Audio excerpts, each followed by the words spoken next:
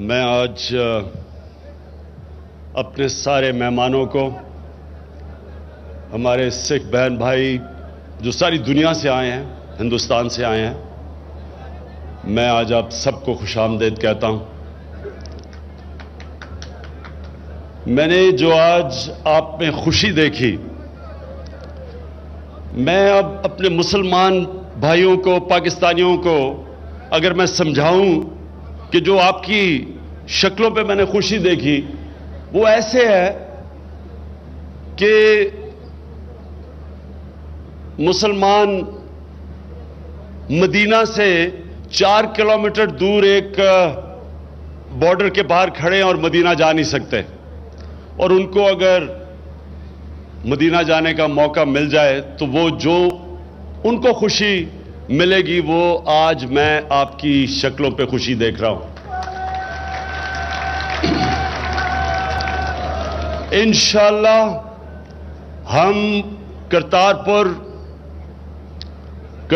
کے دربار کو، اس کو آپ کے لیے بہتر اور بہتر کرتے جائیں گے، فیسلٹیز آپ کو دیں گے، اور انشاءاللہ جب بابا گرو نانک کی 550ویں سالگرہ ہوگی تو آپ انشاءاللہ یہ سارے علاقے کو ایسا دیکھیں گے۔ جب اب اگلے سال جب آپ آئیں گے تو آپ کو خوشی ہو کہ دیکھ کے کہ انشاءاللہ ہر قسم کی فیسلٹی ہم آپ کو پرووائڈ کریں گے۔ اچھا، اب کیونکہ میرے دوست نوجوت سدھو نے جو آج باتیں کی، میں بڑا متاثر ہوا ہوں۔ مجھے نہیں پتا تھا کہ کرکٹ کی کامنٹری تو مجھے یاد ہے، ان کی کرکٹ بھی یاد ہے، لیکن مجھے یہ نہیں پتا تھا کہ یہ صوفی کلام میں اتنا زیادہ ان کی اتنی مہارت ہے۔ تو آج میں بڑا امپریس ہوا ہوں۔ میں اب سب کے سامنے، کیونکہ آج ہمارے ہمسائے یہاں آئے ہوئے ہیں، میں آپ کے سامنے پہلے اپنا کرکٹ کا تجربہ رکھتا ہوں۔ 21 سال میں نے اپنی زندگی کرکٹ کھیلی، اور پھر 22 سال میں نے سیاست کی۔ تو میں ان دونوں کا مختصر آپ کو بتاتا ہوں، اور نوجوت سدھو اس کو سمجھے گا کہ میں اپنے کرکٹ کے دور میں 2 طرح کے کھلاڑیوں کو ملا۔ ایک وہ کھلاڑی تھا جو کہ جب میدان میں قدم رکھتا تھا تو اس کے ذہن پہ ہارنے کا خوف ہوتا تھا۔ وہ سارا سوچتا تھا کہ میں کسی طرح ہاروں نہ، ڈرتا تھا ہارنے سے۔ وہ نہ کوئی چانس لیتا تھا، نہ کوئی رسک لیتا تھا، صرف کوشش کرتا تھا کہ میں کسی طرح میچ ہو اور میں ہاروں نہ۔ ایک دوسرا کھلاڑی ہوتا تھا، وہ جب قدم رکھتا تھا کرکٹ کی گراؤنڈ پہ تو وہ جیتنے کا سوچتا تھا۔ وہ ہارنے کے خوف کے اوپر قابو کر بیٹھا تھا۔ وہ یہ سوچتا تھا کہ میں جیتوں گا تو کیا ہوگا، بنسبت اس کھلاڑی کے جو ڈرتا تھا ہار گیا تو کیا ہوگا۔ وہ چانسز لیتا تھا، رسک لیتا تھا، بڑے فیصلے کرتا تھا، اور ہمیشہ دوسرے مائنڈ سیٹ کا کھلاڑی وہ کامیاب ہوتا تھا، چیمپئن وہ بنتا تھا۔ جو ہارنے سے ڈرتا تھا، جتنا بھی اللہ اس کو ٹیلنٹ دیتا تھا، کبھی وہ بڑا کھلاڑی نہیں بنا۔ جب میں سیاست میں آیا، 2 طرح کے سیاستدان میں ملا۔ بدقسمتی سے زیادہ تر وہ سیاستدان جو سیاست میں صرف اس لیے آتے تھے کہ ان کی ذات کے لیے کیا ہے، لوگوں کو ووٹ لیتے تھے، عوام کی خدمت کروں گا، اور سیاست میں آ کے اپنی خدمت کرتے تھے۔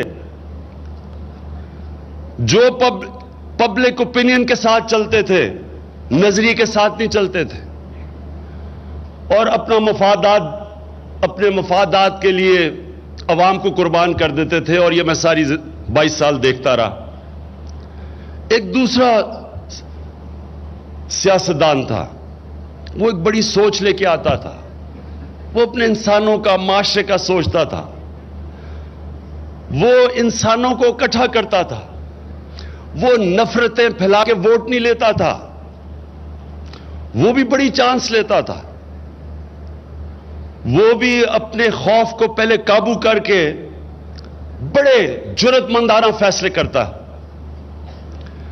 وہ سیاستدان کے اوپر تنقید بھی ہوتی تھی، اور کئی دفعہ عوام ایک طرف کھڑی ہے، پبلک اوپینین، اور وہ دوسری طرف کھڑا ہوتا تھا، لیکن بڑے کام یہ دوسرا سیاستدان کرتا تھا جو بڑی خواب دیکھتا تھا، جس کی بڑی سوچ تھی۔ وہ اپنے لیے نہیں آتا تھا، وہ اپنے انسانوں کی بہتری کے لیے آتا تھا۔ یہ دو طرح کے میں نے سیاستدان دیکھے۔ یہ جدھر آج پاکستان اور ہندوستان کھڑا ہے، ہمارے 70 سال سے ہم اسی طرح کے معاملات دیکھ رہے ہیں۔ میں چلے آج کیونکہ آج بھی آپ بھی آئے ہوئے تو میں اس کو بیسٹ ڈسکرائب کرتا ہوں، ہمارے تعلقات، بجائے میں کہوں کہ ہندوستان کی غلطی ہے، ہندوستان کہتا ہے پاکستان کی غلطی ہے، میں ایک منیر نیازی کا شعر سے ڈسکرائب کر دیتا ہوں۔ سدھو نے یہ سنا ہوا ہے، کچھ شہر دے لوگ بھی ظالم سن، کچھ سانو بھی مرندہ شوق بھی سی، دونوں طرف غلطیاں ہوئی، لیکن جب ہم آگے تب تک نہیں بڑھیں گے جب تک یہ جو زنجیر، ماضی کی زنجیر نے ہمیں جب تک وہ توڑیں گے نہیں، ہم اسی طرح پھنسے رہیں گے، بلیم گیم چلتی رہے گی، پوائنٹ سکورنگ ہوتی رہے گی۔ ماضی صرف سیکھنے کے لیے ہے، ماضی رہنے کے لیے نہیں ہے۔ ماضی صرف آپ کو سبق سکھاتا ہے آگے بڑھنے کے لیے۔ ہم ابھی تک جب بھی میں تعلقات اپنے دیکھے، ہم ایک قدم آگے بڑھ کے 2 قدم پیچھے چلے جاتے ہیں۔ ہمارے میں ابھی تک یہ نہیں ہے، یہ ہمارے میں طاقت نہیں ہے کہ ہم ایک دن یہ فیصلہ کریں کہ جو بھی ہوگا ہم نے اپنے تعلقات ٹھیک کرنے ہیں، ہم نے اچھے ہمسایوں کی طرح رہنا ہے۔ اگر فرانس اور جرمنی، جنہوں نے کتنی جنگیں لڑی اور کروڑ لوگ ایک دوسرے کے مارے، اگر وہ آخر میں ایک ایسے ہمسائے کی طرح رہ سکتے ہیں جدھر ان کے پاس آج اوپن بارڈرز ہیں، تجارت ہے، ٹریڈ ہے، آج وہ سوچ بھی نہیں سکتے جنگ لڑنے کا، کیونکہ ان کی کنیکشن بزنس کا، سرمایہ کاری کا ایسا کنیکشن ہو گیا کہ وہ اب سوچتے بھی نہیں ہیں، کبھی اب تصور بھی نہیں کریں گے کہ جرمنی اور جاپان کبھی لڑیں گے۔ لیکن کروڑوں لوگ ایک دوسرے کے وہ قتل کر چکے ہیں ماضی میں، کیونکہ ان کی لیڈرشپ نے ایک دن فیصلہ کیا کہ ہم یہ ماضی نے جو ہمیں روکا ہوا ہے آگے بڑھنے سے، ہم یہ زنجیر توڑ دیں گے، اور توڑ دی انہوں نے۔ وقت یہ ہے، پاکستان آج ادھر کھڑا ہے اور ہندوستان، کہ ہم اندازہ نہیں لگا سکتے کہ اللہ نے ہمیں کیا اپرچونٹیز دی ہیں۔ اگر فرانس اور جرمنی ایک یونین بنا کے آگے بڑھ سکتے ہیں، ہم کیوں نہیں بڑھ سکتے؟ ہم نے تو اتنے ایک دوسرے کی، ہم نے بھی ایک دوسرے کے لوگ مارے ہیں، لیکن وہ قتل عام تو ہم نے کبھی بھی نہیں کی جو ادھر ہوئی تھی۔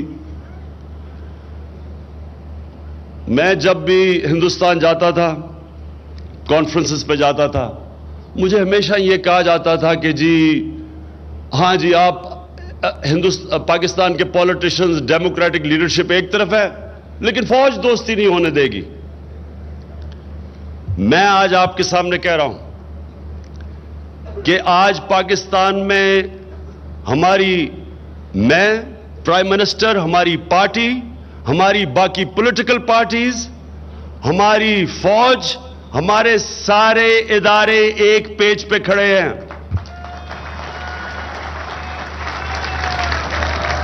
ہم آگے بڑھنا چاہتے ہیں، ہم ایک سویلائز ریلیشن شپ چاہتے ہیں۔